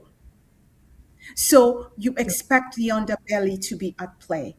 I'm always hard pressed and sound as though I am supporting perhaps armed groups. No, I'm simply saying they are armed groups because something occurred. And that thing is someone declared war, moved troops into the villages. And today we have Garbu, which again was a whitewash in terms of accountability. And now we have Zerenyam. And anytime you're going after, quote, the voices in the bush, civilian populations are not to be attacked because now you are going up against international humanitarian law and any of these conventions that say civilians must be protected. Where does the government who has the responsibility and duty of care stop and Yeah, say, let Dr. Monzo going handle to that. villages, we are going to kill civilians. Let's start thinking rather, how do we truly get the situation on the ground such that we can dialogue? And how do we guarantee good faith in these dialogues, if at all they can come? Our internal dialogues amongst ourselves is a must at some point, but it cannot be within the construct of a 10 state because the problems of the Betuaman is not the problems of our children today. Yeah, well, on that one, I would like to, like you to say that to the Betuaman and hear his or her answer. So, But because Dr. Monzo, before we joined La République de Cameroon, Betwa was with Cameroon, Garoua was with Cameroon. The Southern Cameroons wasn't with Cameroon. So I don't know why we try to take care of their problems more than we take care of our you own should. problems. No, you should. But you should. If you and I were sitting down in a discussion, I would implore you to do that. I mean, because again, you see, this is where perhaps what underpins our difference of perception. Now, I work on the basis, because that's a historical fact.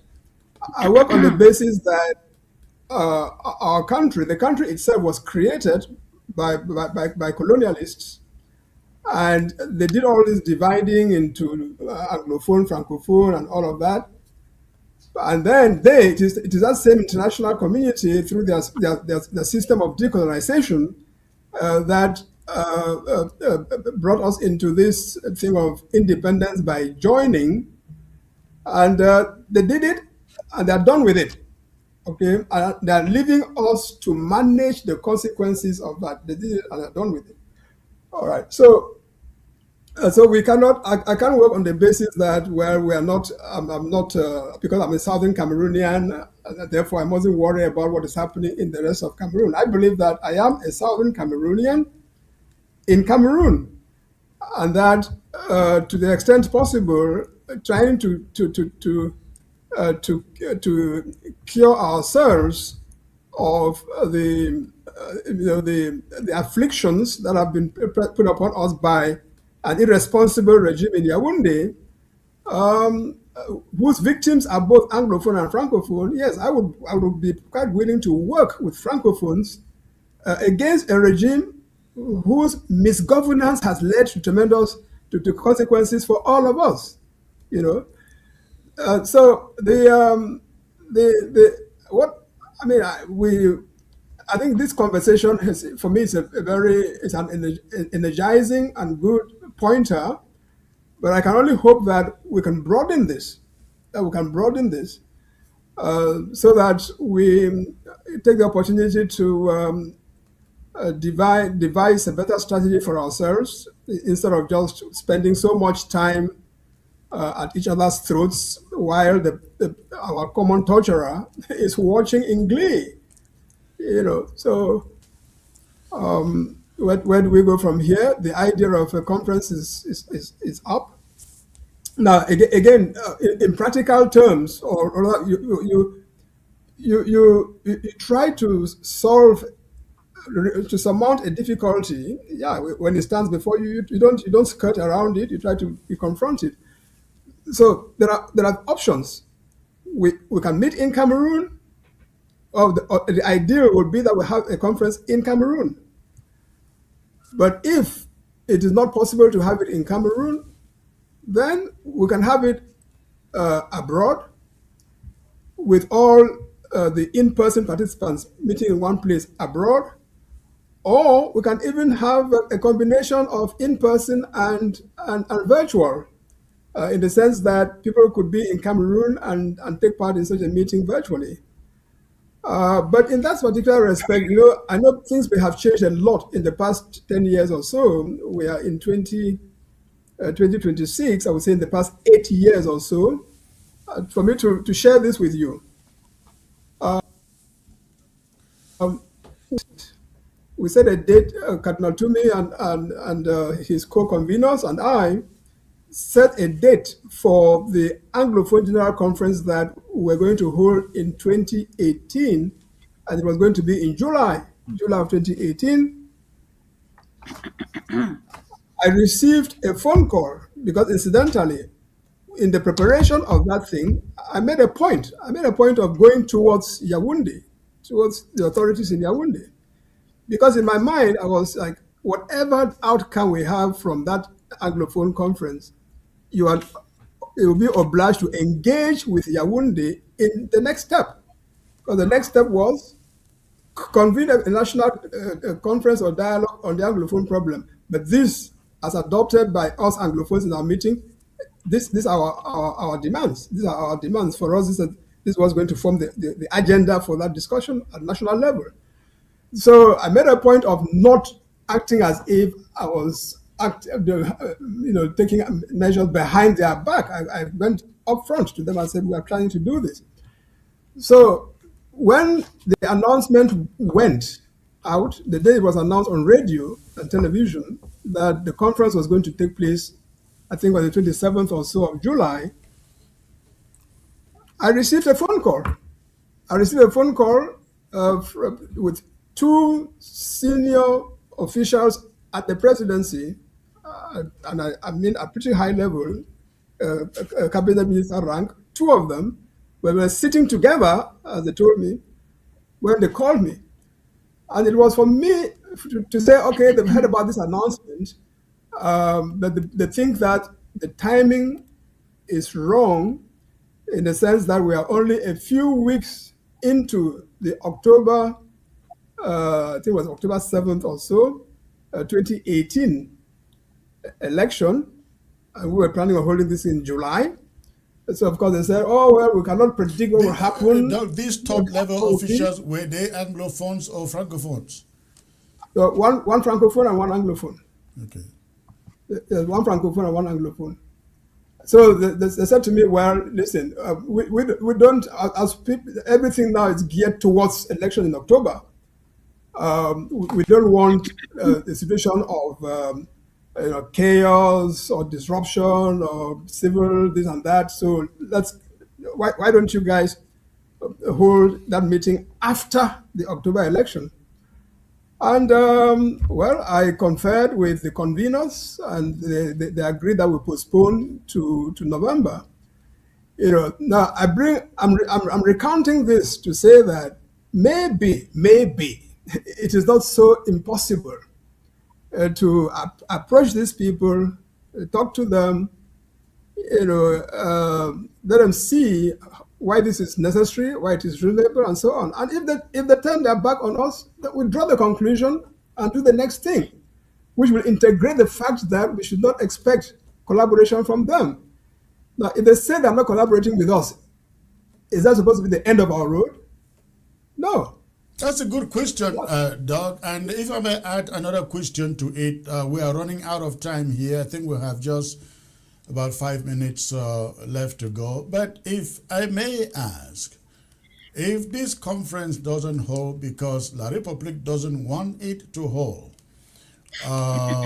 where do you go from there? Where do you, with a federalist leaning, go from there? And I'm saying that to ask, don't you realize that this is a moment to say to Cameroon, we have to receive justice, or we will join with the separatists and fight this war together? Because you can't be asking the same thing year in, year out, doing the same thing year in, year out for over 60 years with no results. I think you are in the position to say to La République, this war started, the separatists went their way, we remain here talking about federation, but if after 10 years and all these killings you cannot listen to us, we have no choice but to join with the separatists. How about that? Yeah, why not, Chris? Why not? You see, I'm a pacifist. I don't support by ideology, temperament, and everything. Pacifist is not a good one day because wait a minute. you're not standing anywhere. Hear me out. Hear me out, Chris. Hear me out. By temperament, by nature, no, I don't like violence, and that includes fighting a war of independence. Okay. However, if you observe, since this thing started in terms of armed conflict, 2017 up to this day, when I comment on the separatists and their action and all of that, you won't see me on record anywhere as having condemned the fact that you guys chose to confront Mr. Biya, say, in response to the war he declared.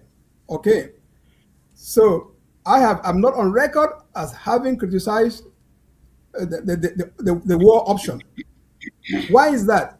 That is because I am a living witness of the fact that for the past 30 years and counting, we sent memorandum upon memorandum to the Biya regime, petition upon petition to the Biya regime, and all of that.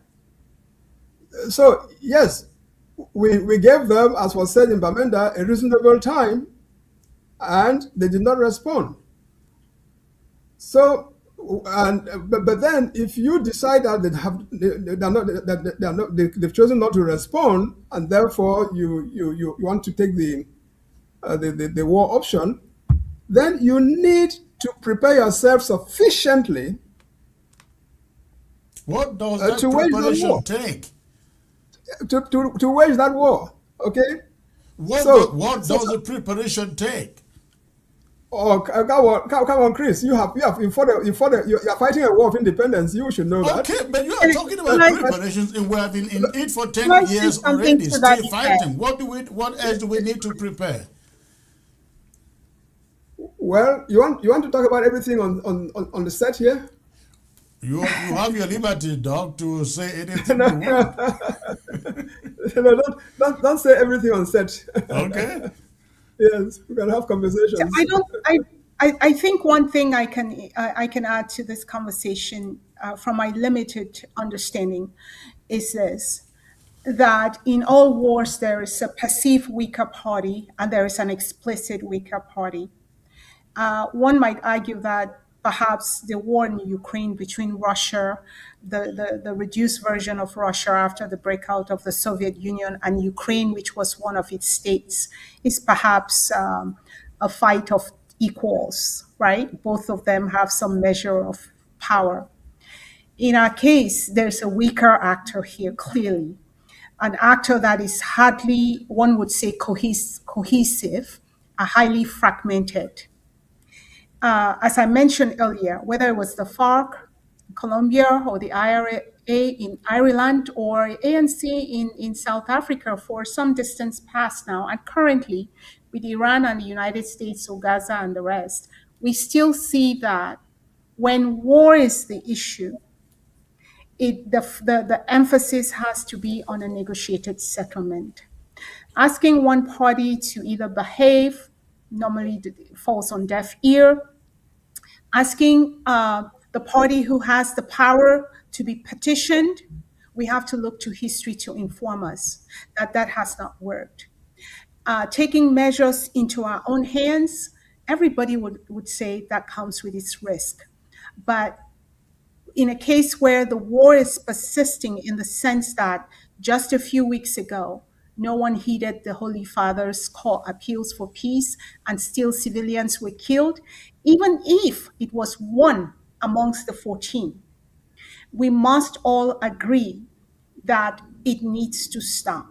So if there's anything I take away from this conversation is I'm heartened by Dr. Munzo's position that the House needs to come together and figure out what they want to do. But the problems do not lie with the other 8 regions, do they? They don't have their civilian settlements militarized. Yeah.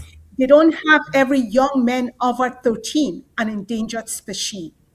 Their children do not look like Patrick Dango on his dying bed, for God's sakes. How then do we call a party, I call it a party, to discuss their problems that they don't even care to call a party to discuss it for themselves? A meeting. Let me be a bit serious here. So we need to take care of our own pressing issues. But we say, no, wait, let's call in more people. My roof is burning. Can I go fix the plumbing in my neighbor's kitchen? That's where I'm totally lost in this conversation No, as Doc, to no, Doc, what. And that's a Doc, very good point. If no, Dr. no, Doc, Munzo Doc, can Doc, don't, close up Doc, on that. Doc, Doc, don't be lost there. Don't be lost there.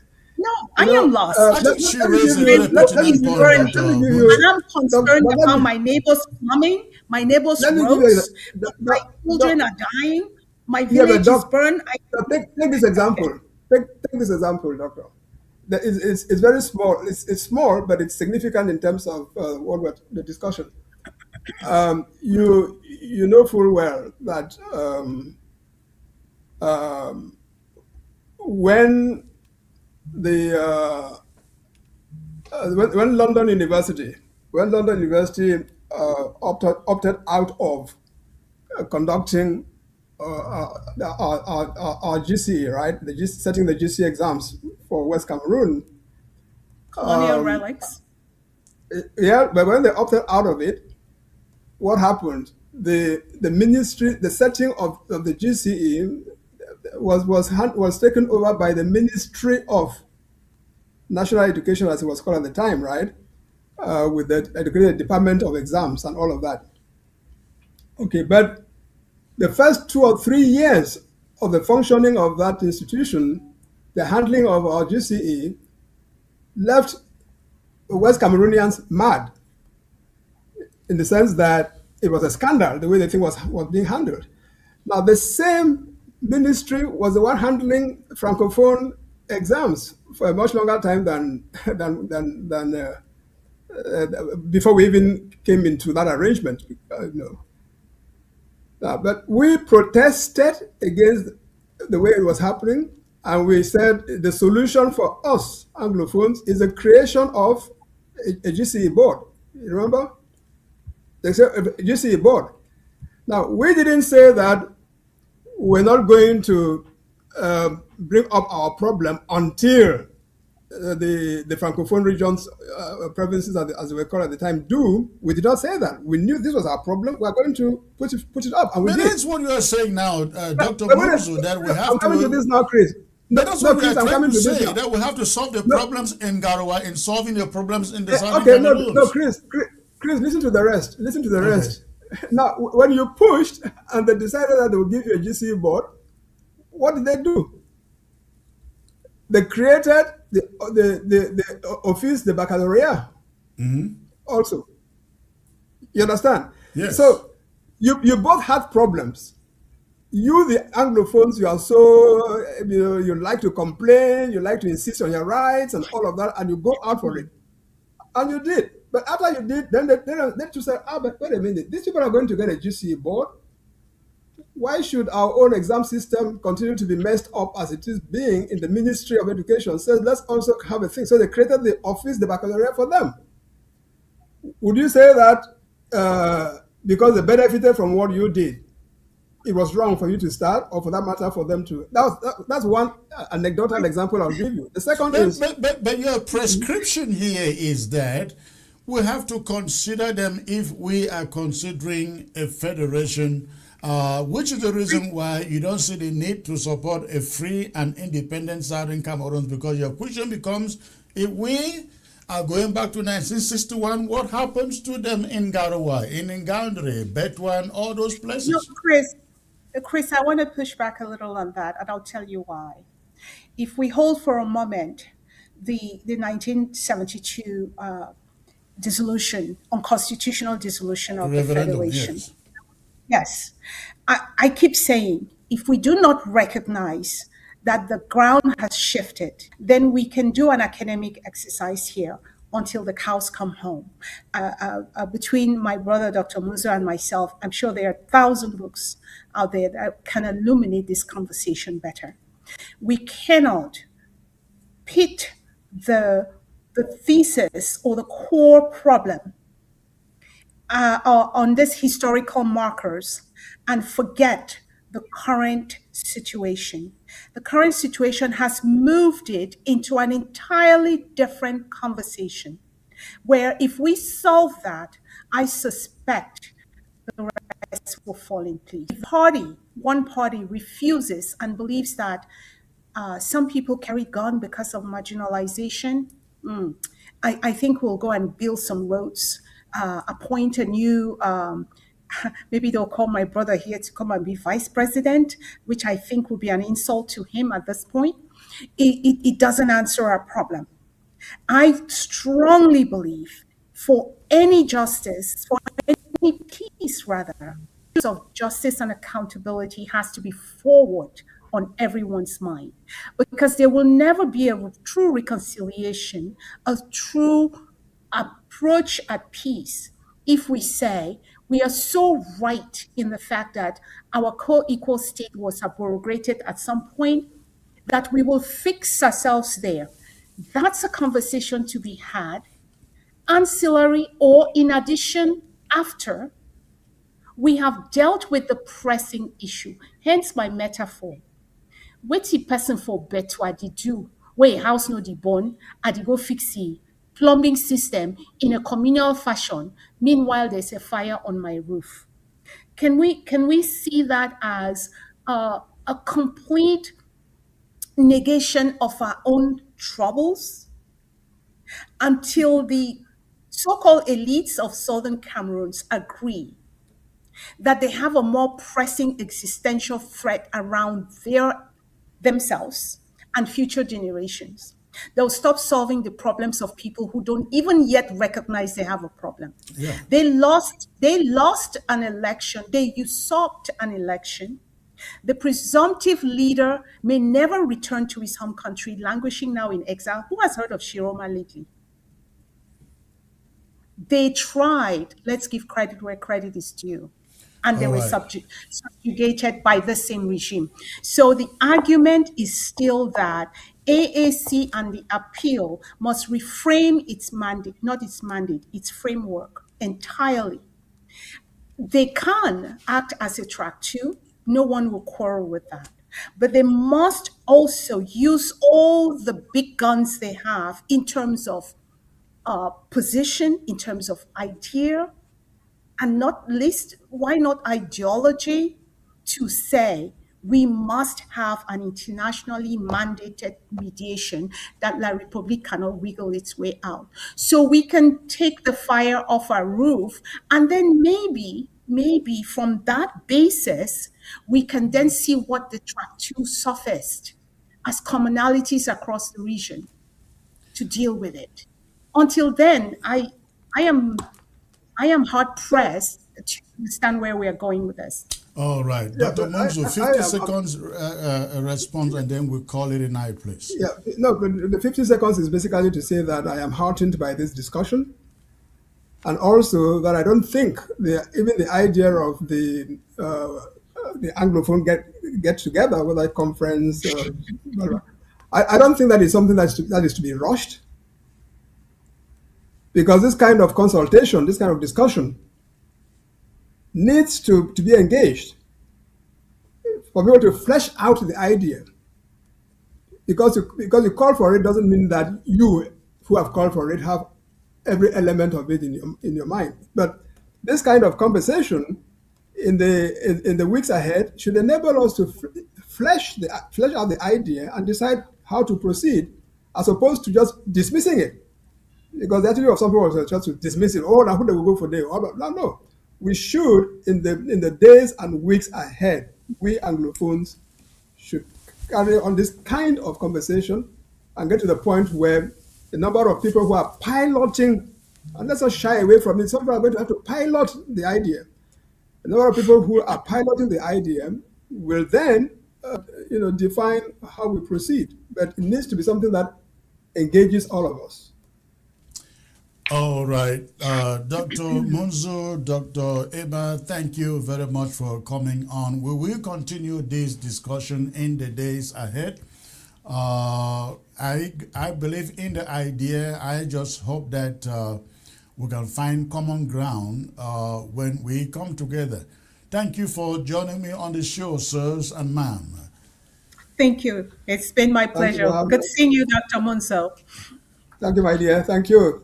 All right. You have a great evening.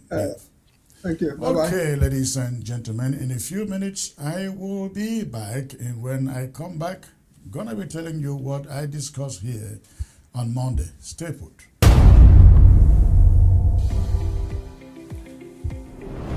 Don't be left behind. AI is changing everything. Are you ready? Learn AI with live instructors, not pre-recorded videos. Become a certified AI engineer. Position yourself for high-paying global opportunities. Get internationally accredited certification and real career support. We help you build your resume and connect you to job opportunities. Classes start May 22. Limited seats available. Enroll now at certifiedaiacademy.com or text AI to 346-271-0711. 346-271-0711.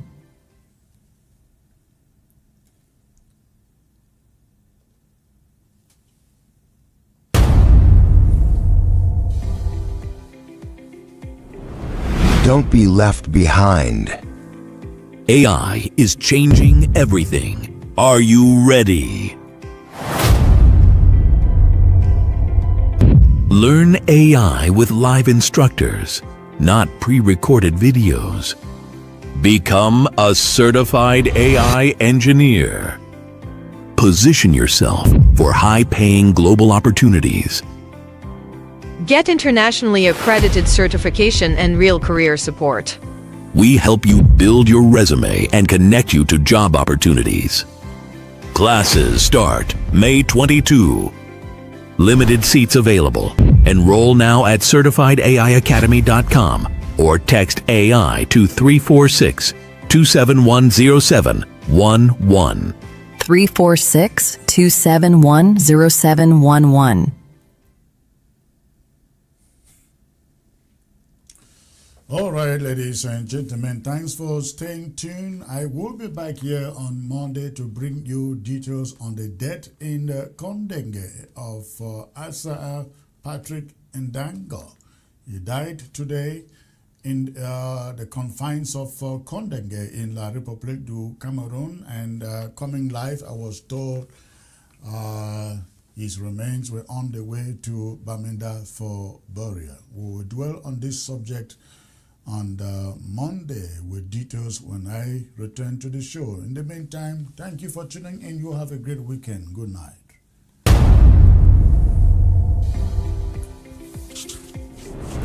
Don't be left behind. AI is changing everything. Are you ready?